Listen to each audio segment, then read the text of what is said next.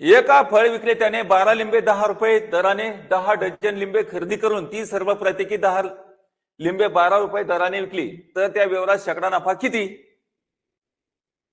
तर मग आता याच्यामध्ये काय करायचंय, त्या 10 डझनला मदत घ्यायचंच नाही, एक नंबर लक्षात घ्यायचंय. तर याच्यामध्ये काय करायचं, शेकडा नफा डायरेक्ट काढायचा, म्हणून त्या 10 डझनला मदत घ्यायचं नाही. फक्त काय करायचं, विक्री किंमत आणि खरेदी किंमत कशी काढायचं हे आपल्याला समजून घ्यायचं. सांगा मग यांच्यामधून विक्री किंमत आणि खरेदी किंमत काढूया.